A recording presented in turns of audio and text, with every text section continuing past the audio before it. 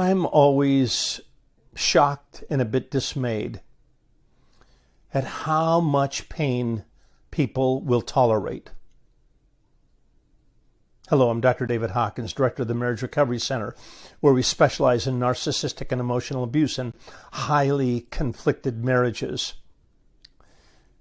And yes, it's true that for different reasons, couples will tolerate extensive pain, extensive emotional turmoil.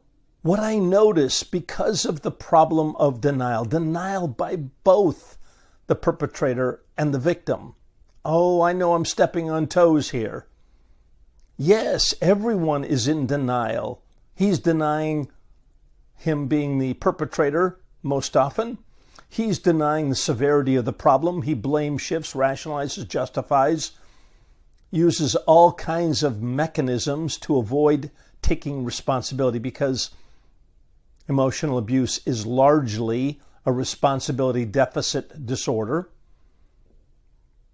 And the victim may also be in denial. It's not for the lack of wanting change. She, most often a woman, the victim of emotional abuse, will tolerate a great deal of pain. She's learned how to tolerate pain. She'll carry it in her body. She'll carry it in her emotional makeup. She'll carry it. But it will take a toll on her. And he will tolerate it for other reasons. Minimization, rationalization, blame shifting, playing the victim. It's not me. And he is suffering from what I've called responsibility deficit disorder. Not my fault, not my problem. I don't need to do anything to change. And so this couple then endures, tolerates, copes, accommodates, adapts. This couple in this emotionally abusive relationship, they end up settling for very, very little intervention. She's tried many different things. She's read a lot of books. She's tried counseling herself. But there's been very little real intervention into this very, very severe issue, the issue of narcissistic and emotional abuse in high conflict marriages. So there are levels of intervention. And so I encourage you, here's the takeaway. I want you to think through what level of change do I need? How much change do I really need to be a healthy person? If it's a little bit of change, probably keep doing what you're doing. If it's a moderate amount of change, then a really significant intervention needs to take place. And if it's a lot of change, then a very significant level of intervention needs to take place. Dr. Hawkins, what does that mean? In our world, you can look around and you can kind of understand how there could be levels of intervention. We have those levels of intervention in the medical field. You know that you can get over-the-counter medicine, and it's good. You can take care of certain problems yourself, and that's good.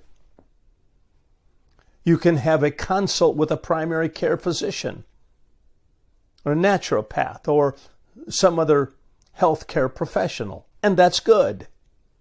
And then you can keep having different levels of intervention. Ultimately, with a severe enough problem, you're going to end up in the hospital having surgery or having severe and extensive medical help. Now, what does that look like in a mental health or emotionally abusive marriage? What I've long thought is that our mental health model of the weekly 45-minute session for highly conflicted marriages, emotionally abusive and narcissistically abusive marriages, that model cannot work. It cannot work. It simply cannot work. The layers of problems in an emotionally abusive marriage are extensive. Does that mean you have to go away for 4 weeks to an inpatient program? No, it doesn't mean that. Does it mean that you may need a marriage intensive? Does it mean you maybe need to participate in extensive counseling with someone who is really, really skilled and understands all the complexities of emotional and narcissistic abuse? Yes, it does. Yes, it does. So, levels of intervention, we have them. They're available. You have to look for them. But if you're in a highly conflicted marriage, if you're in an emotionally abusive marriage, you need to, first of all, have a good marriage evaluation done. The marriage evaluations that we do at the Marriage Recovery Center are typically a couple of hours with her, a couple of hours with him, a couple hours together. And then we do a little bit of testing, and then we come up with a recommendation as to what needs to happen. And often, if it's been an emotionally abusive relationship, he has significant work that he's got to do. And yes, we have a tiered program for him, a core, advanced core, core strength. It's going to take a while. It's a lot of work. And we have a program for her. And then at the right time, in the right way, we do couples counseling, but only when it's deemed totally appropriate. All right, levels of intervention. If you've tried some help and it's left you wanting, give us a call. Give us a call at the Marriage Recovery Center. A client care team professional will take your call, 206-219-0145. More help is available. We will walk you through what levels of intervention look like and how to bring the bottom to him and how to disrupt the relationship so that change is possible. All right, I hope this has been helpful. Again, contact our Marriage Recovery Center at 206-219-0145. Go to our marriagerecoverycenter.com, the website. They'll learn more about us and push that subscribe button. Get the help that you need, okay? God bless.